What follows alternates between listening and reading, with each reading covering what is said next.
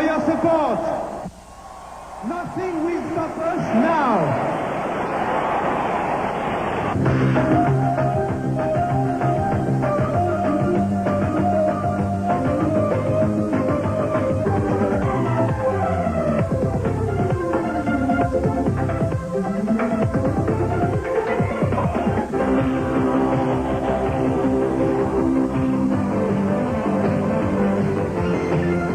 Jean-Michel, comment empêcher les sacrilèges, c'est-à-dire comment réconcilier la modernité de l'audiovisuel, laser, cuivre utilisé et le respect des traditions?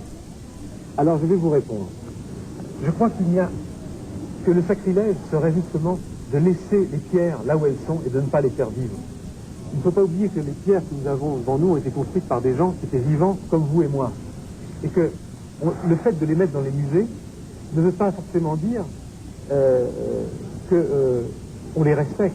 Pour moi, respecter notre passé, respecter les monuments, respecter les pierres, c'est les faire vivre. C'est qu'elles soient, à l'aube du 3e millénaire, toujours aussi vivantes que lorsque des hommes les ont créées. Ça veut dire que le concert-spectacle pour l'éclipse va justement faire revivre la pyramide du soleil, faire revivre la pyramide de la lune, d'une manière poétique, d'une manière évocatrice. Et il n'y a pas, je crois qu'il faut, à force de trop respecter les choses, on arrive à ne plus les respecter du tout, c'est-à-dire à les faire sortir du contexte humain dans lequel elles doivent exister. Et je crois que le site de Teotihuacan est un site qui peut justement retrouver une actualité toute particulière à l'aube du 3e millénaire, où les gens se posent des tas de questions sur le plan de leur rapport avec leur passé, de leur rapport avec la religion, avec la spiritualité, de leur rapport de la fusion des cultures, des religions. Je crois qu'aujourd'hui, quelque chose de moderne, qui soit un petit peu le symbole, le reflet de notre culture de la fin du XXe siècle, projeté dans le passé, est une manière aussi de célébrer nos souvenirs, notre passé.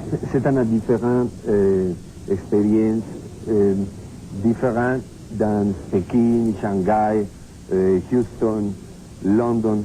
Quelle est la particulière attention de cette expérience? Chaque projet de concert-spectacle dans lequel j'ai travaillé a toujours été très particulier. Un de mes plus beaux souvenirs, c'est le concert que j'ai fait pour la venue du pape Jean-Paul II à Lyon, en France, dans ma ville natale.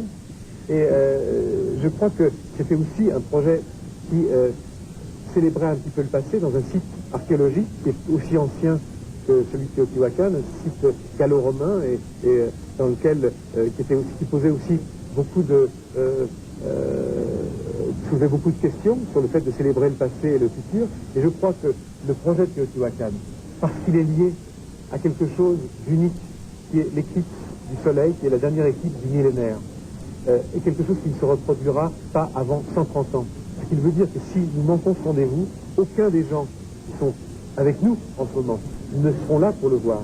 Et je crois que la liaison, le lien entre un concert-spectacle unique qui n'aura lieu qu'une seule fois, avec célébrant un phénomène naturel unique, en dehors de notre contrôle, du contrôle des hommes, le fait qu'un pays comme Mexico, une ville comme Mexico, l'Estado de Mexico, célèbre ce moment, est aussi important sur le plan de l'environnement, parce que nous savons à quel point votre pays est confronté aux problèmes de pollution, d'environnement, et qu'une seule journée, nous nous arrêtions et nous célébrions la nature et l'environnement, me semble aussi un message à donner au reste du monde.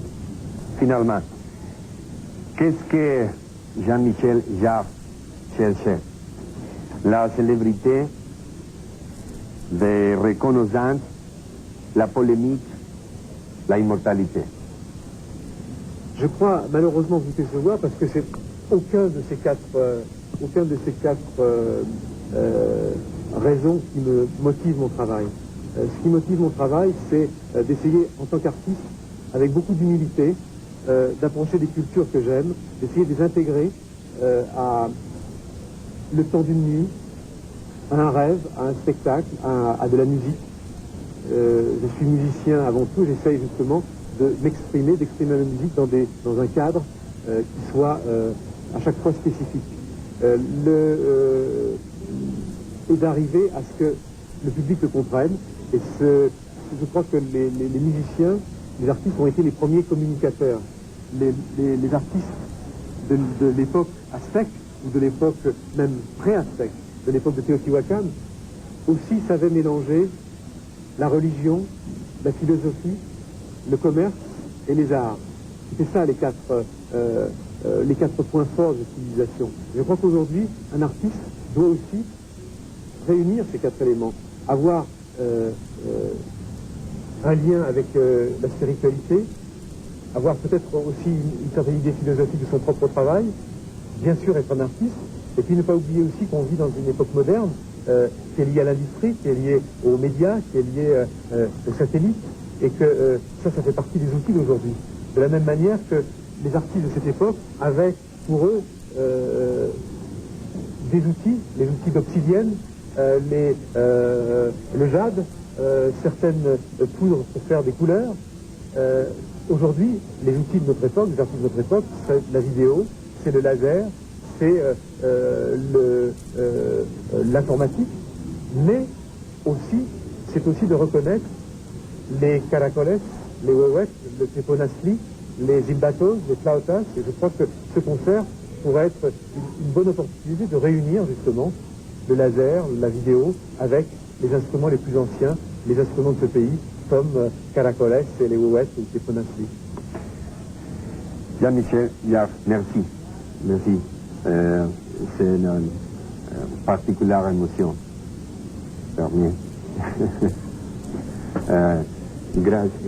Merci pour le concert de l'éclipse. Merci pour votre accueil, et je dois dire que ça a été particulièrement bon pour moi et un bon moment de pouvoir parler avec vous dans cet endroit, dans ce musée d'anthropologie qui est sans doute un des plus beaux du monde et dans lequel j'aime me promener à chaque fois que je viens à Mexico. Donc merci à vous pour ce bon moment. Muchas gracias. Gracias. Au revoir. Au revoir.